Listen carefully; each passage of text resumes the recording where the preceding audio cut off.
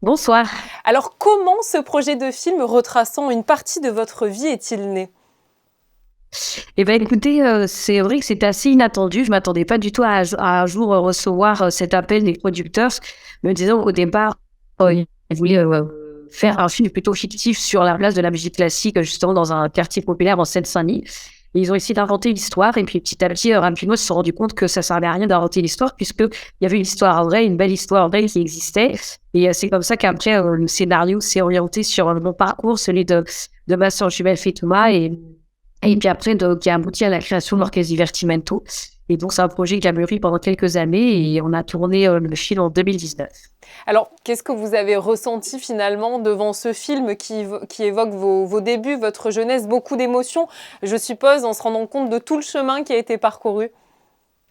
Oui, alors c'est vrai que moi, j'ai parfois tendance à me concentrer sur l'avenir et du chemin qui reste encore à accomplir.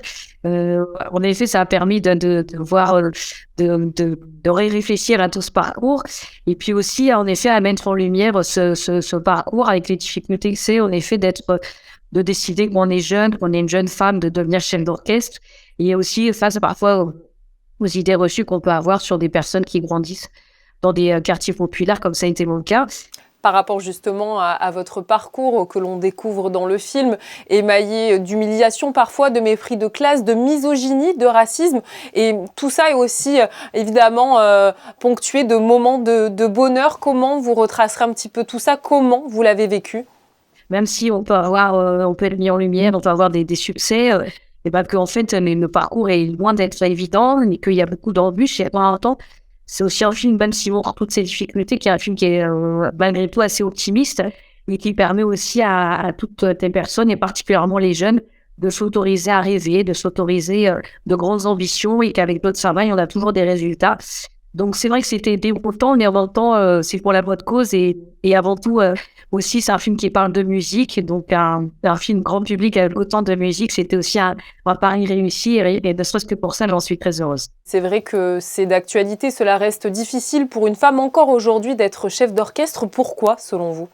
C'est vrai que le métier de chef d'orchestre fait partie de ces univers qui sont difficiles à investir et je trouve que voilà, ce film permettra de mettre en lumière, mais aux côtés aussi de toutes les actions que je porte aujourd'hui avec l'Orchestre Divertimento, avec ma sœur jumelle Fitoua, pour aussi montrer que pouvait faire changer les choses, que c'était possible et que les femmes, elles étaient aussi compétentes et qu'elles avaient aussi un regard à apporter au milieu musical et à notre société d'une façon plus générale.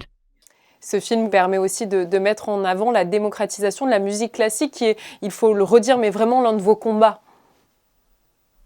Oui, exactement. Et c'est vrai que bon, c'est un film qui en effet retrace mon histoire, mais plus encore que simplement mon histoire, celle de ma sœur Fetouma, celle de notre famille.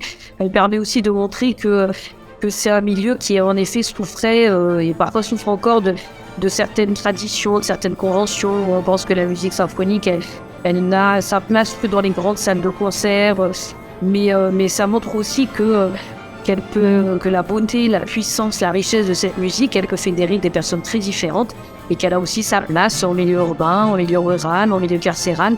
Et c'est vrai que ça montre l'engagement de ce que c'est le divertissement aujourd'hui, mon engagement aujourd'hui en tant que chef d'orchestre, celui des musiciens, celui de ma sœur Fetouma. Et donc, en effet, de décloisonner et de rendre cette musique populaire dans le sens beau et noble du terme. Vous êtes, on peut le dire, une femme aux multiples casquettes. Vous dirigez donc un orchestre, vous êtes désormais le personnage d'un film et vous donnez également des cours à des jeunes pour leur apprendre votre métier. La transmission, là aussi, est au cœur de votre démarche. Et moi, je trouve ça important. Alors, j'ai eu la chance de connaître ça dans la famille. Peut-être que d'autres jeunes n'auront pas forcément cette opportunité, ni dans la famille, ni peut-être même à l'école. Et moi, je trouve important que, en tant qu'artiste, on ait aussi une responsabilité, qu'on joue aussi ce rôle de transmettre, de partager. Et c'est comme ça qu'aujourd'hui, on a des publics aussi très divers dans nos concerts.